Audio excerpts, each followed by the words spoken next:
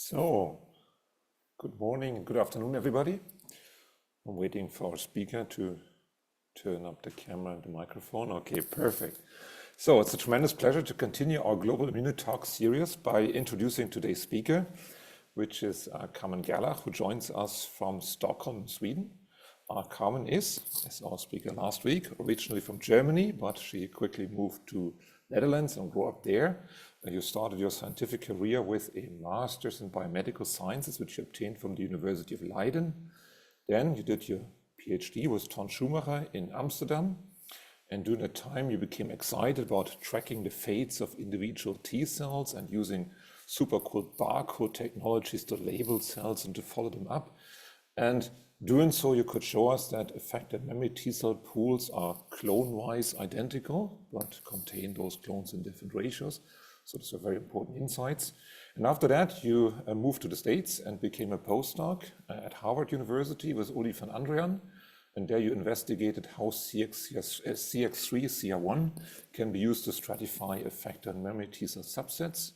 Then you did a short stop over in Berkeley before you went to the Karolinska Institute, where you are now still located. You were first there, you started there as an assistant professor, and then you came promoted to the position you now have, which is called principal investigator, and I assume that this is some type of associate professor position. There you continued your work on T cells and about mechanisms that control affected memory T cell differentiation. I'm sure we will hear more about this during your talk.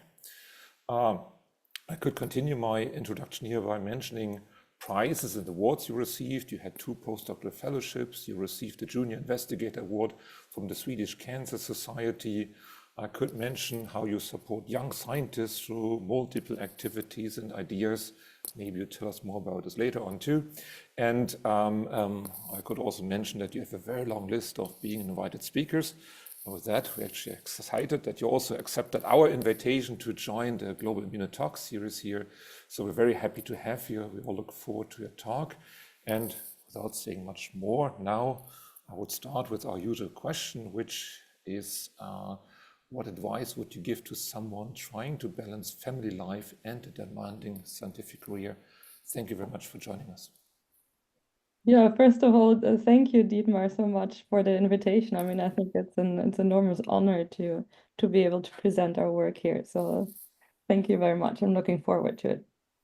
And of course, to the question that you asked, I mean, I don't think I have a universal answer or there even is a universal answer in terms of one size fits for all. But I think the choices that I made, at least, which worked out well for me, is that because I am a mother of 2 youngish children as well, and for me it was always important to have both an academic career and to be a present mother. And for me, I made the choice to go to a country where this is very widely accepted that both parents work, and where there are a lot of facilities that organize this, and it's very accepted that one has very flexible working hours to make both career and family work. But I realize not everybody may have the chance to make such choices, but for me, this was a good choice. So that means we should all go to Sweden now. Okay, no, perfect. No, I think it's a very, very good example. And I mean, it's something, you have to compare and have to find a place where you can realize what you want to achieve. And I mean, happy to hear that this worked out so well for you in Sweden. Now, with that, we actually would like to move forward to your talk, which is entitled CD8 T cell differentiation during acute infections. And now you only need to share your slides and we are ready to go.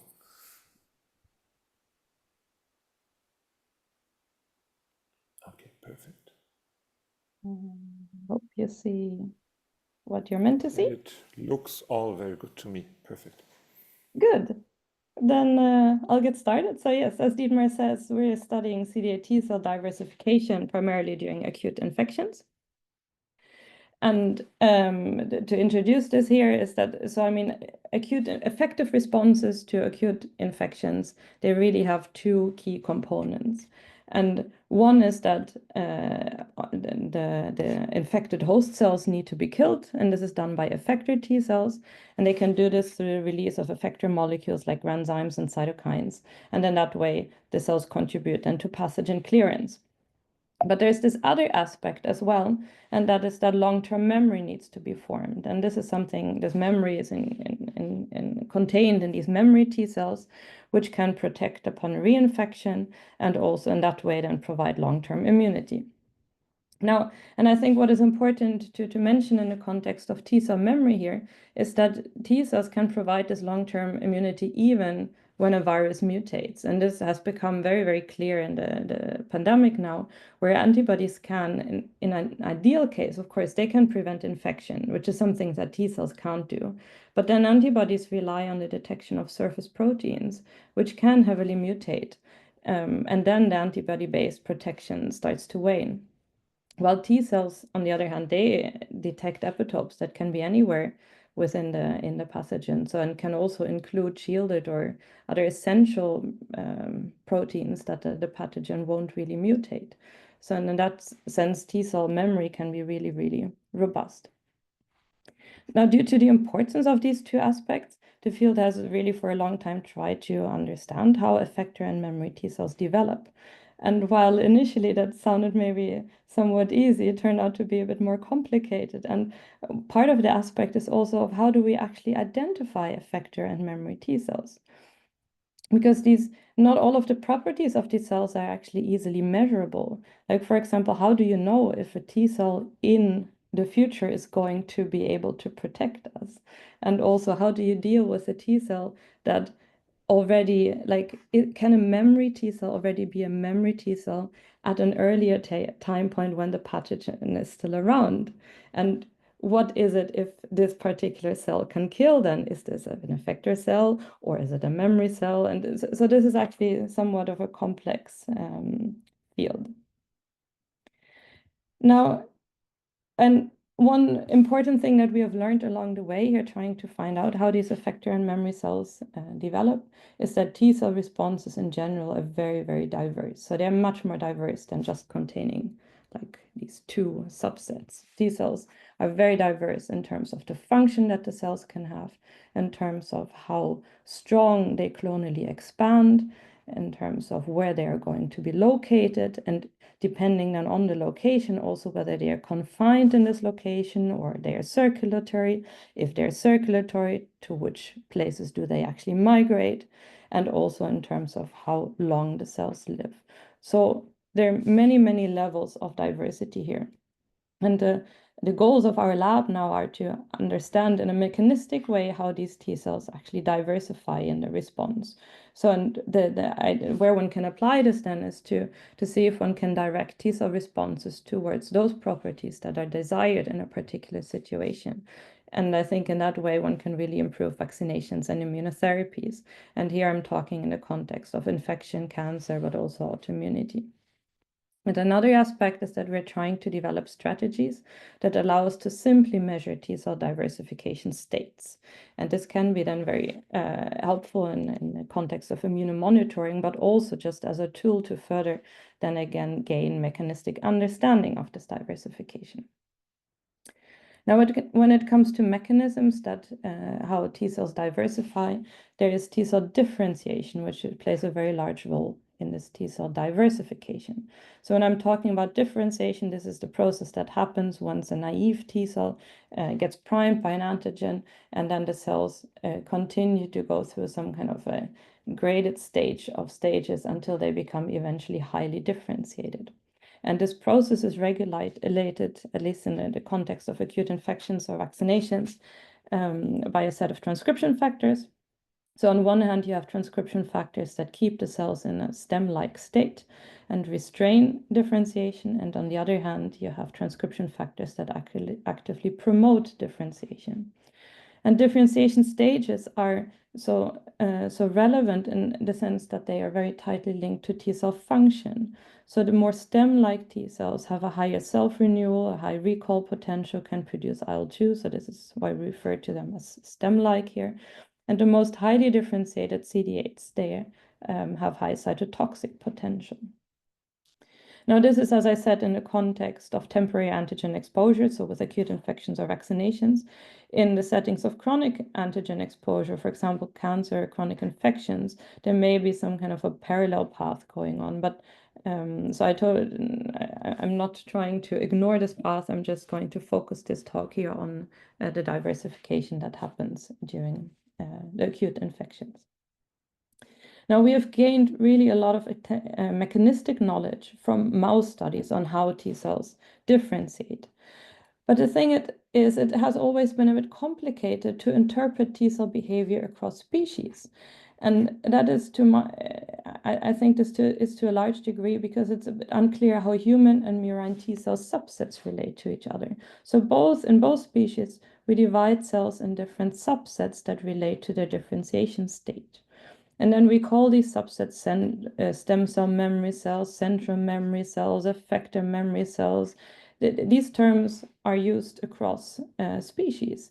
But then how these subsets are defined is done by completely different sets of markers in both species. And then it becomes really unclear how do they relate to each other. So does a cell that is called an effector memory cell in a human actually correspond to a cell that is defined by other markers, but also called an effector memory cell in a mouse?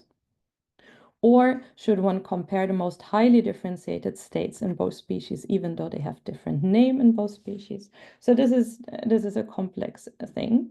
And we then thought, now, if we want to reliably compare T cell differentiation across species, then we could facilitate translation of findings across the species again. And how do we do this? So our approach was that we said, let's just ignore all the subset nomenclature for a moment. And let's also take into account that more recent high-dimensional data has shown that T cell differentiation states actually form a continuum. Again, this continuum that is established through the fine balance of these different types of transcription factors. And then let's try to find surface markers that can reflect this T cell differentiation gradient, and does so on both species. So this is a study that was led by Anthony Zwijnenberg in the lab. And he started off with single-cell RNA, so site-seq, so single-cell RNA sequencing together with antibodies for cell surface molecule detection. And then he looked in human blood T cells. So here you'll always find in the top right corner what type of samples are used.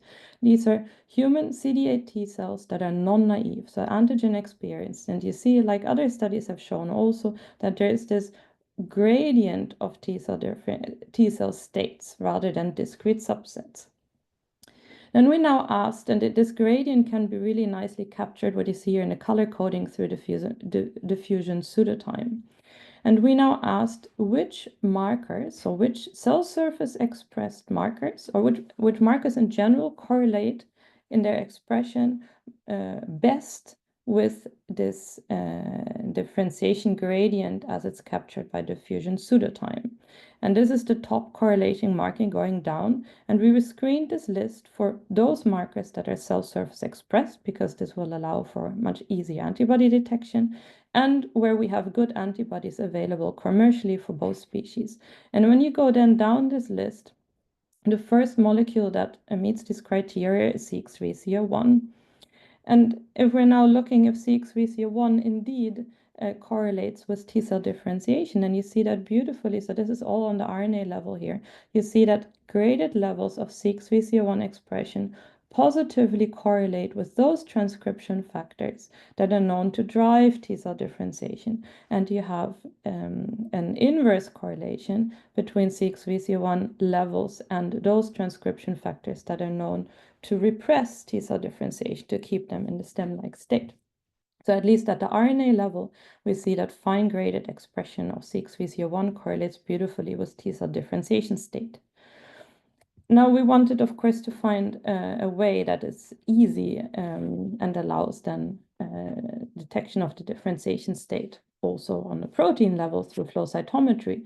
So we now checked if then also flow cytometry allows to see these different differentiation stages through CXVCO1 graded expression. And that indeed is the case, because you see, first of all, here, you see a very broad range in CXVCO1 protein expression levels as detected by flow. And if we're relating this now to the expression of some functional molecules, like here different granzymes and perforin, then you see that with increasing CXVCO1 levels, there's also an increase in these cytotoxic granule molecules. And I just want to stress here that even though we put gates here at the different CXVCO1 levels, these are not to say that I think these are separate subsets. These are really just ways for us to quantify what happens along the spectrum of differentiation. Now, if you're looking at this in a more graded way, again, you see here the graded expression of CXVCO1 and combined data from all these different cytotoxic molecules, and you see that the least differentiated cells here that have very low or negative or no expression of CXVCO1, they only express granzyme A. If the CXVCO1 levels increase a little bit, then they start to co-express also granzyme B, and if the CXVCO1 levels increase to the max, then you have cells that are co-expressing granzyme A, B, and perforin. So also on the protein level, with gradually increasing CXVCO1 level, there is an increase in expression and also diversity of these cytotoxic molecules, and also thereby increased differentiation. Now, we checked a bunch of other functional properties of the cells. So one where I'm not going to show you the data for, but also we tested recall potential, and we see that the recall potential of the cells decreases with increasing CXVCO1 levels, which also supports further that CXVCO1 levels are a marker for graded T cell differentiation. Data I want to show here is on the relationship between the graded level of CXVCO1 and the expression of different cytokines. Because here you have a slightly different pattern, which we thought was really interesting, because here you have the cells with the somewhat more intermediate levels of CXVCO1. They are the cells that produce the highest amount of effector molecules, so either interferon gamma and TNF-alpha positive cells, or the cells that are most differentiated.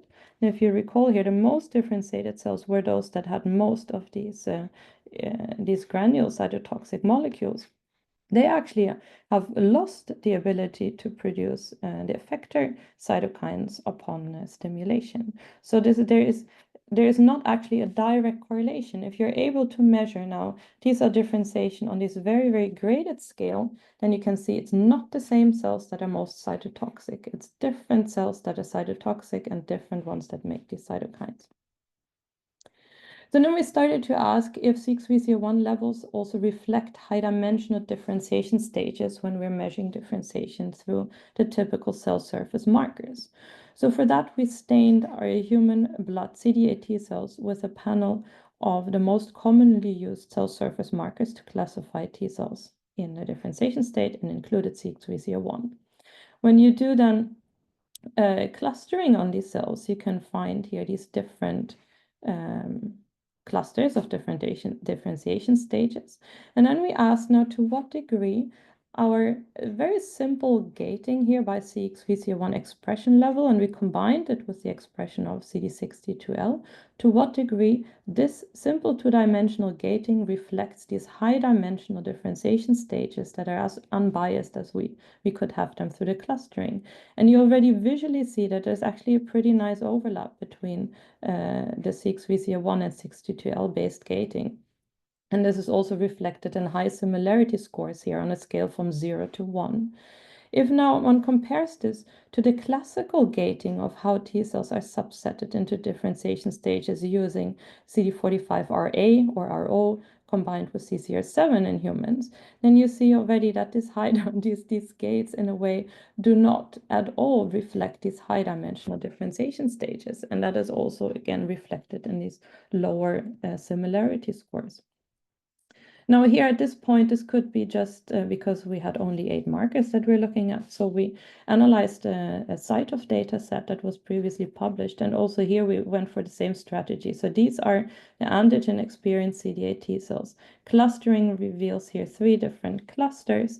And then again, we asked to what degree the subsetting by 6VCA1 combined with 62L reflects these high-dimensional states.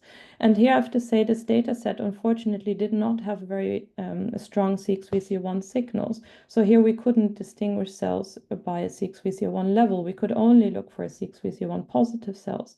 And still the combination with 62L pretty nicely reflects these high-dimensional states from this unbiased method. And again, if one takes now the standard subsetting with 45RA and CCR7, there is not really a direct match of these high-dimensional states. And again, we have a lower similarity score.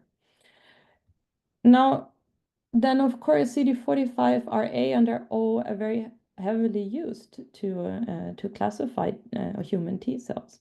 And we also see, and I think this can be seen very nicely. So this is again the site of data set, but now looking at principal component analysis, you do see that CD45RO and RA make up a really large or contribute to the diversity and the response to a large degree, but they show diversity in an orthogonal axis to the differentiation axis. So here you see the stem-like cells, which are 127 positive, CCR7 positive, 62L positive, and on the opposite end, you have the cells that are highly 6VCR1 and CD57 positive. So these are the most cytotoxic cells. These are the stem-like cells. So this is the axis of T cell differentiation. Now, if we're looking in what direction 45RO and RA contribute to that diversity here, this is almost an orthogonal axis. So it seems, yes, while they do contribute a lot to the variability in the data, they seem to capture some other variability, not the one that is driven by differentiation, but some variability that is driven by something else. Now, T cell differentiation states are also linked to the migratory properties of T cells. And until now, we have only captured cells from blood, but the cells that are in blood can actually go into different, have different migratory paths. So either they may circulate through lymphoid tissues like lymph node and spleen and to the blood, or they may circulate through non-lymphoid tissues, which they then survey together with tissue-resident memory cells, but in this case, they are able to get back into the blood. But cells in blood may also just be restricted to the splenic red pulp. Now, in order to see if 6VCR1 would give some information in relation to these migratory paths, we then first looked at the expression of CCR7 and CD62L because these are 2 molecules that are required for T cells to enter the white pulp of the spleen and the lymph nodes. And here you do see both for CD4s and CD8s, you see a really nice relationship because with increasing 6VCR1 levels, now there is a decrease in the expression of 62L and CCR7 positive cells. So with increasing differentiation states, the cells are gradually losing the ability to circulate through these tissues. The other paths, so here in earlier mouse work, and this is what Dietmar referred to, which is from my postdoc, is that we saw that in the mouse, cells with intermediate 6VCR1 levels are preferentially circulating through peripheral tissues, while cells with high levels of 6VCR1 cannot enter the tissues and are restricted to the blood.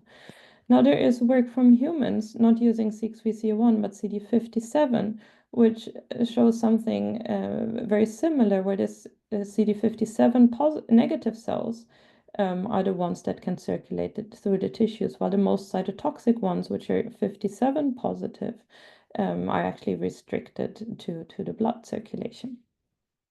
So now we started to wonder if then also in the human, the 6VCR1 expression could be informative in relation to the migratory path to the tissues. So in both of these studies, this was done by capturing T cells from the thoracic duct lymph. And this is nothing we had access to here in Karolinska, but what we did actually have is we had access to human skin.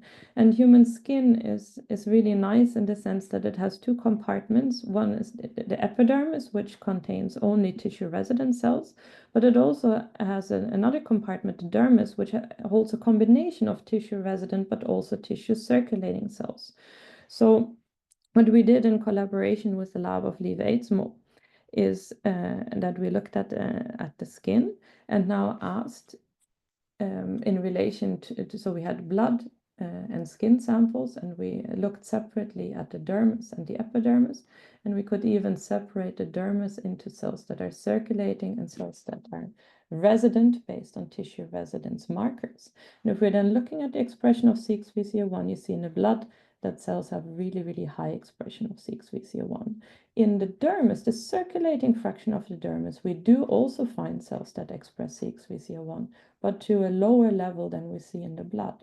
And in the dermis and in the epidermis, when we're just looking at the tissue-resident cells, there's pretty much no CXVCO1 expression. So that this is more like an extension of this population here. This is a true CXVCO1 positive population.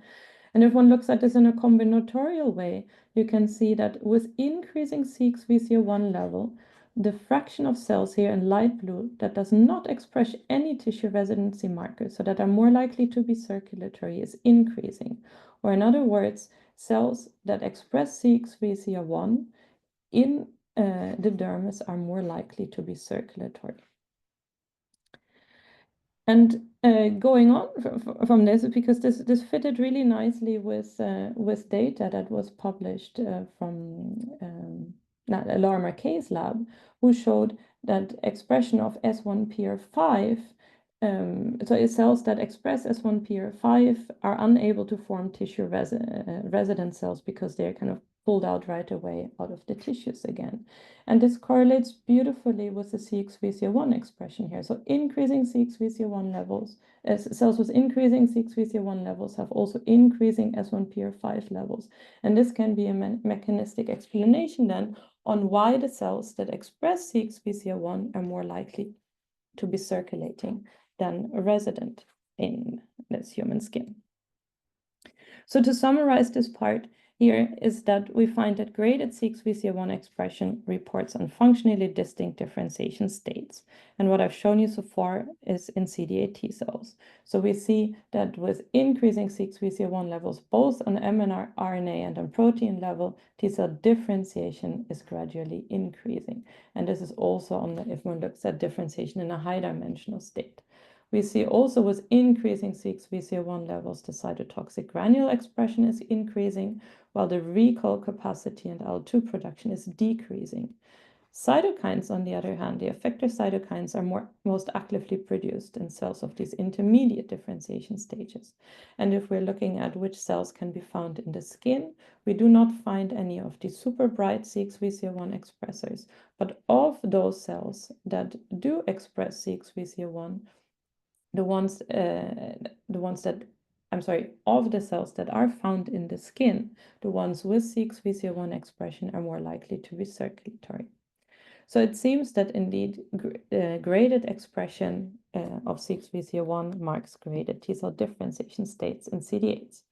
Now we tested also human CD4 T cells, and everything that is in red here are parameters that we tested in the human CD4s. The blues were not tested, but amongst parameters that we tested, we saw exactly the same relationship between CXVCO1 level and these different functional attributes. So it's not just the graded markers for CD8s, but also for CD4s, and in that sense, a bit of what we call a universal T cell differentiation marker. Now, is it also a cross-species marker? Can this also help us to identify cells in the same differentiation stages in a mouse? And that also is the case. And I'm again summarizing this here in this table. So we're looking at CD8 T cells in a mouse, and these were actually endogenous and TCR transgenic cells that we looked at in the memory phase after acute infection with LCMV virus. So these are antigen experienced, but are not currently responding to something. And also here, again, the same relationship between CXVCO1 level and the different functional properties. So it seems that this graded 6VC1 is a graded and a universal and a cross-species T-cell differentiation marker. And then we started to argue, if now 6VC1 is such a good marker, can it even be used to predict the behavior of human virus-specific CD8 T cells from murine studies? And for that, we used two completely different experimental setups. And for the mouse is that we used again our OT1 T cells. So these are T cell receptor transgenic that recognize ovalbumin, in this case expressed by LCMV virus infection. So this is an acute viral infection. And then at the memory phase time points, we sampled the blood from these mice and analyzed these T cells that are specifically recognizing this infection. Then we had access to a cohort of humans that were infected with tick-borne encephalitis virus. So this is in collaboration with the lab of Sarah Magrus. And these are individuals who have been hospitalized because of the symptoms related to this infection. And then their blood was sampled from the same individuals at multiple time points. So this is an acute time point, and this is after resolved infection. And now in these completely different settings, one in the mouse, one in the human, we asked now assess the relationship between 6VC1 expression and the expression of these cytotoxic granule molecules. And we see in both species that with increasing 6VC1 level, there is an increase in the expression of these cytotoxic molecules here. Interestingly, the exact patterns aren't the same across species. So here, granzyme A behaves a little bit more like perforin in the human, for example. But overall, with increasing 6VC1 levels, there is an increased cytotoxic potential in both species. And this actually doesn't matter if one looks at an acute time point in the humans or if one looks at a memory phase time point. So this at any time point in the response, the 6VC1 level informs on the cytotoxic potential of these virus-specific cells. So here they were identified with dextramers. And we asked the same question for cytokine release. And this is now, again, looking only on a virus-specific mouse cells or virus-specific human cells. And we see in both cases that with increasing 6VC1 levels, like the most highly differentiated cells actually no longer are able to produce these effector cytokines. We see this in both species. And if you remember, when we're looking at total CD8, so not just the antigen-specific ones, we saw more of like a mountain-shaped structure, while here there is a plateau in the beginning. So this shows you how, again, how antigen-specific responses cannot always follow exactly the same patterns as total CD8 responses. But again, if one focuses on virus-specific cells, there's the same pattern in relation to 6VC1 for human and mouse T cells. So to summarize this here, I think we've shown that graded expression of 6VC1 here marks a graded the differentiation gradient, and it does so in human and in mouse T cells and CD8s and CD4s, and the 6VC1 expression level, irrespective of when one looks at transcripts or at protein expression level, then informs on the fine-graded functional properties of the cells. With increasing differentiation, increasing 6VC1, we have increasing cytotoxic potential. With increasing 6VC1, we have decreasing ability to produce IL-2, and that's the more intermediately differentiated cells that make a lot of effector cytokines, and once they become most differentiated, most 6VC1 positive, they lose this ability. Now, I think this study shows that on one hand also that it's important to do high resolution measurements, so actually are able to capture this gradient and not just cut a population in two and say you have positive and negative cells and one are less differentiated and the more, there is way more information along the gradient. And I therefore think it's good if the field can slowly start to move from this pure simple subsetting, definitely if it's just positive or negative, into a more gradient perspective of looking at T cell differentiation. And then note of caution for those working with human T cells that 45RA and RO don't really measure something that relates to T cell differentiation, but measure some other form of variability. Now, this study was very much focused on conventional CD4 and CD8 T cells, but I just wanted to mention that we have the feeling that if one looks at other cytotoxic lymphocytes like gamma delta T cells and NK cells, there may actually be a similar relationship between CXVCL1 expression and functional properties as we have for these conventional alpha and beta T cells.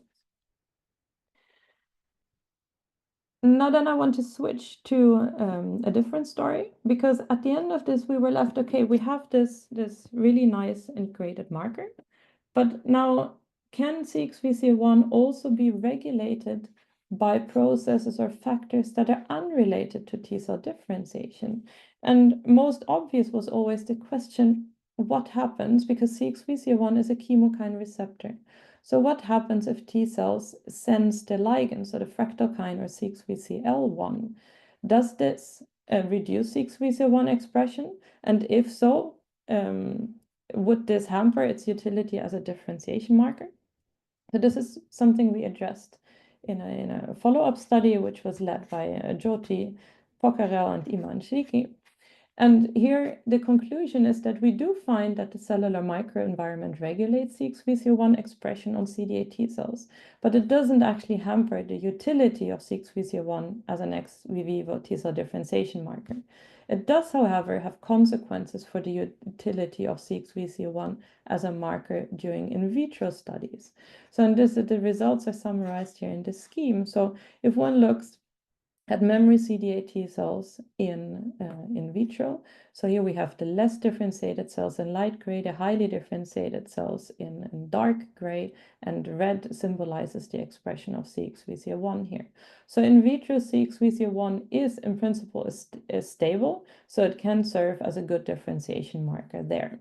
However, we also noticed that the longer the cells were in culture, and this process is actually enhanced if they're through necrosis-derived factors in these cultures, we see a selective loss of these highly differentiated cells.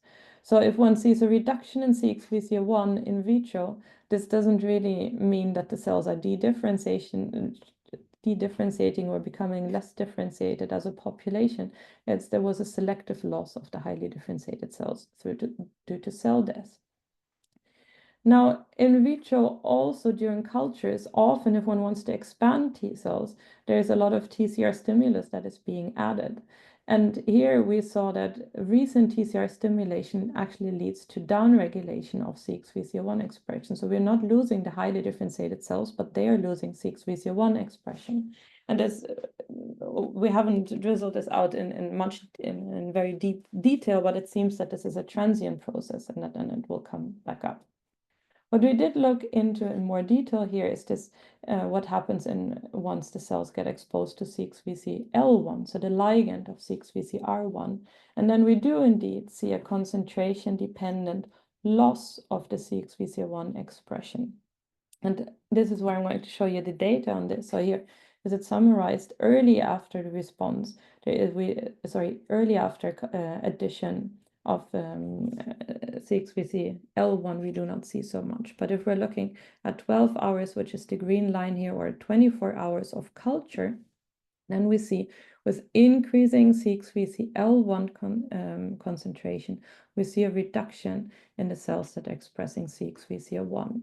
And one can most nicely see this looking at these FACS plots here at 12 hours. So this is the expression of CXVCL1 on the x-axis. We plotted against CD27, and this is how it usually looks ex vivo. Now, if we're increasing the concentration of CXVCL1 the cells are cultured in, then we see that these CXVCR1 positive cells are slowly shifting to the left here.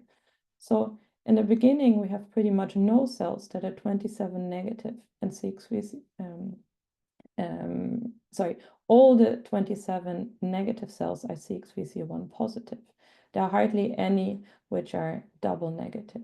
But with increasing CXVCL1 concentrations, the CXVCR1 originally positive population shifts to become negative. And that is something we assume this is most likely happening due to internalization, because it's known that chemokine receptors internalize upon binding of the ligand. But now, does this hamper the detection, the usability of C6VC01 as a differentiation marker in vivo? Because what we've done here is we have added really high concentrations of fractalkine or 6VCL1. This doesn't mean that the cells in vivo actually even encounter these high concentrations. So to get a feel for this, what we did, so this is just this 12-hour time point again, we thought we can quantify the cells here that are CD27 negative and also CXVCR1 negative, which are those that at least in vitro have downregulated their CXVCR1 expression. If we're now looking in vivo at day 7 after infection, so these are antigen-specific T cells after LCMV overinfection, and we're looking at, do we actually have these cells that are 27 negative and CXVCR1 negative? And these are very, very few here, no matter if we're looking lymph node, lung, or spleen at day 7. So this is at the peak of the T cell response when the infection is still ongoing, and we assume we have the highest concentrations of the ligand around. If you're quantifying this is around 5% of the cells. And if one looks in blood over the, like early on, even from day 5 out until the memory phase, it's a tiny percentage of the cells that are antigen specific, which end up in this gate here, which are potentially cells that have lost their CXVCL1 expression. So overall, this is such a small percentage that if even this downregulation happens in vivo, it happens to a very, very low extent on few cells, so that overall it does not then hamper the usability of this marker. So to conclude this, yes, the cellular microenvironment does regulate CXVCL1 expression on CD8 T cells, and this is beyond differentiation. But this has consequences primarily for the utility of CXVCL1 as a marker if you're doing in vitro cultures, where it's unfortunately somewhat less useful than ex vivo, but ex vivo it remains a good T cell differentiation marker. Now, in the last few minutes, I just want to touch on yet another story where we're looking at clonal diversification, the clonal diversification of the CD8 T cell response. And this is led by Natalia Komet and Joanna Sandu. And here we are asking how T cell population dynamics are regulated at the clonal level. So what I mean with that is that we're usually analyzing T cell responses at the population level. And if you're then looking at what happens through time after infection or vaccination, you see an increase in antigen-specific numbers here. But this increase in numbers is actually, or this whole response is a sum of many clonal T cell responses. And we have different clones respond in very different ways. So some clones may mount small responses, other clones may mount larger responses. And in addition to this clone size differences, we also have differences in T cell differentiation states. So some clones may make somewhat higher numbers of these cytotoxic, these highly differentiated cells, and somewhat fewer progeny that have the stem-like state, the less differentiated state, while another clone may have relatively more of these stem-like cells and very few of these cytotoxic cells. So, so that's why we wanted to dig into the clonal responses now. And one of the main questions we wanted to ask is if clone size here and differentiation state are linked. And if we have changes at the population level, like for example, the total T cell population is now smaller, how is that change now regulated on the clonal level? Do all clones react to this in the same way, or do they react in a very different way, and how can that be predicted? Now, why is this relevant? And I think this is largely in the context of vaccinations and adoptive cell therapies, because both aim for high cell numbers, But also more recent years have shown that both are better if we have primarily these stem-like cells, so these less differentiated cells. But does this even go together? Because from population level studies, there's the general notion here that T cell response size and T cell differentiation are considered to be linked in a way that a higher response size is associated with more differentiated cells, so more cytotoxic but fewer stem-like cells. So if we're increasing cell numbers, do we by definition then reduce the numbers of stem-like cells and achieve the opposite of what we want? But the point is, because these clonal responses are so different from each other, I think one really has to study the potential link between T cell response size and differentiation at the clonal level. And if then we find at the clonal level these two are linked, then one can continue to find optimal stimulation strength conditions that optimize the total numbers of stem-like cells here. Maybe not the total cell numbers, but the total numbers of stem-like cells. If they are not linked, on the other hand, one can proceed to identify factors that then separately steer clonal expansion and T cell differentiation, so one can use them to get the response to the state one wishes to have.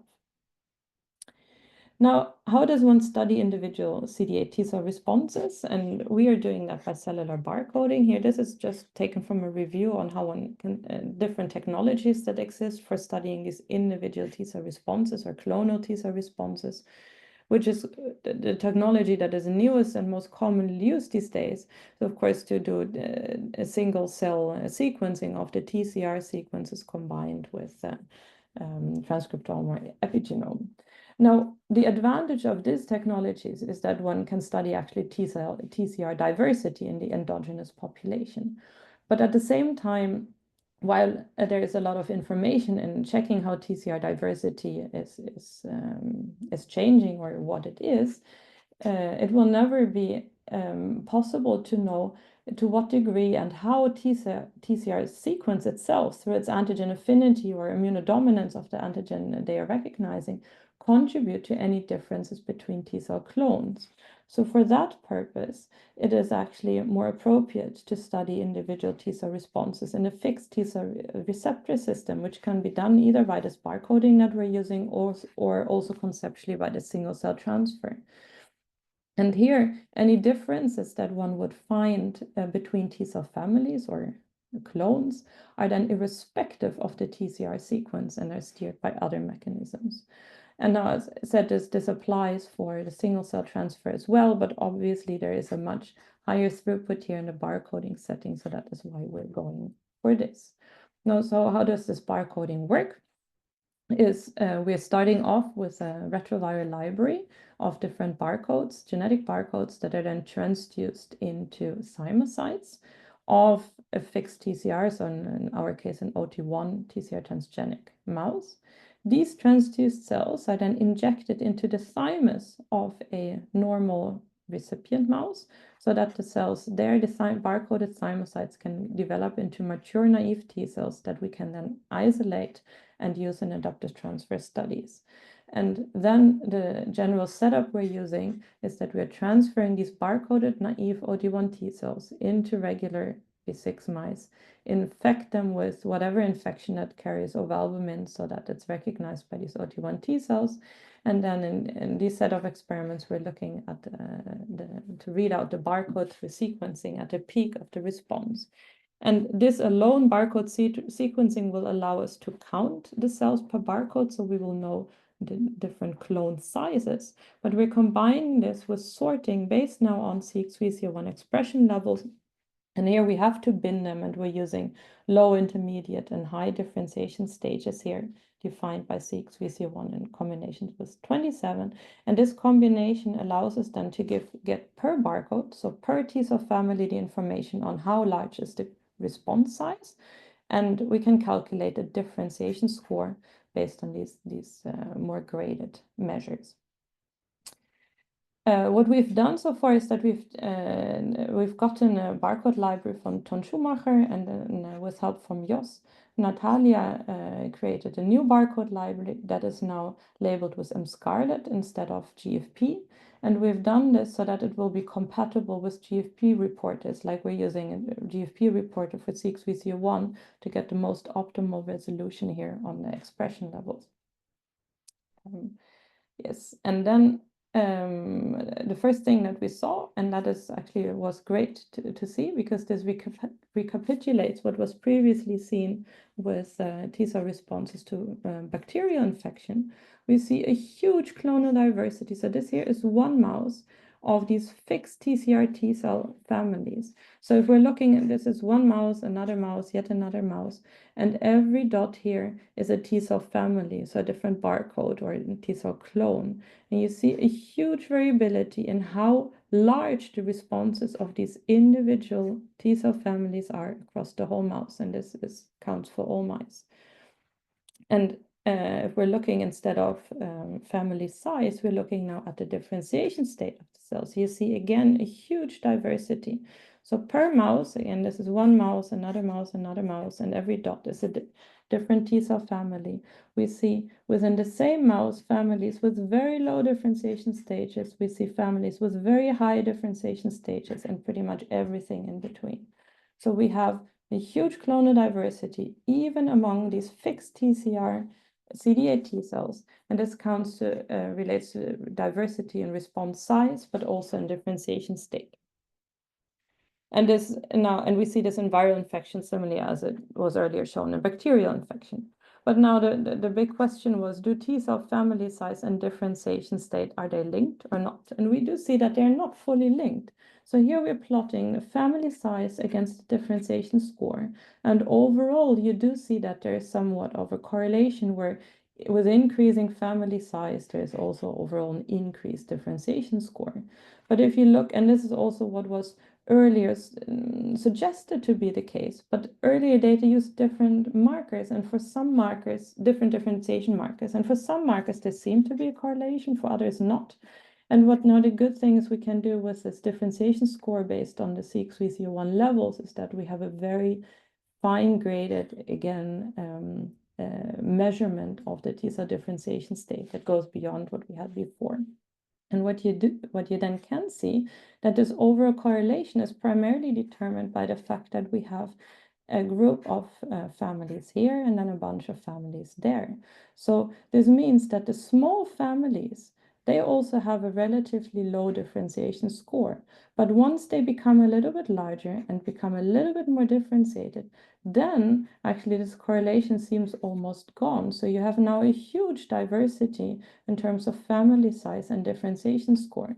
And I think one can see this easier on these type of graphs. So the very small families have a low differentiation state. If the families somewhat increase, then there's an increase in differentiation score, but the increase doesn't really increase much more across if the family size increases, and you have actually a very, very broad spectrum of different differentiation scores. The other way around as well. So if you're looking at the most differentiated cells, they have a relatively small family size. Once the families become to differentiate a little bit more, the size becomes larger, but then no longer increases. And again, we have a very broad spectrum of family size along these cells with more intermediate and very high differentiated states. So to conclude this part, we see that individual fixed TCR T-cell families mount very disparate responses to viral infection. So we have families with very different in terms of their response size and their differentiation state. And we find, using now CXVCO1, we have a more nuanced understanding of the relationship between T-cell family size or the clone size and its differentiation state, with an overall correlation, but not a very tight one. Because once the size of a family gets above a certain minimum, you get huge diversity in differentiation states in clones of all sizes and vice versa. Now, as always, we're not working alone, and there were many people involved in these studies that I just showed. So these are my current lab members that are in some or the other way involved in all of these studies I showed. These are previous lab members and previous students that were involved in these, and these are collaborators from different universities across different countries.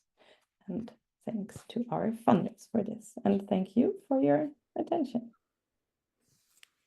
Well, thank you very much, Carmen, for this brilliant talk and this very insightful data. Now, as usual, I think we have many of you, including me, have questions, but what usually happens is that I'll have to refer everybody to the webpage formerly known as Twitter or now X for asking questions. And we look, of course, forwards to receiving many questions. Other than that, thank you very much again for joining us. And now it's up to announce our speaker for next week, who is going to be John Kagan from Boston.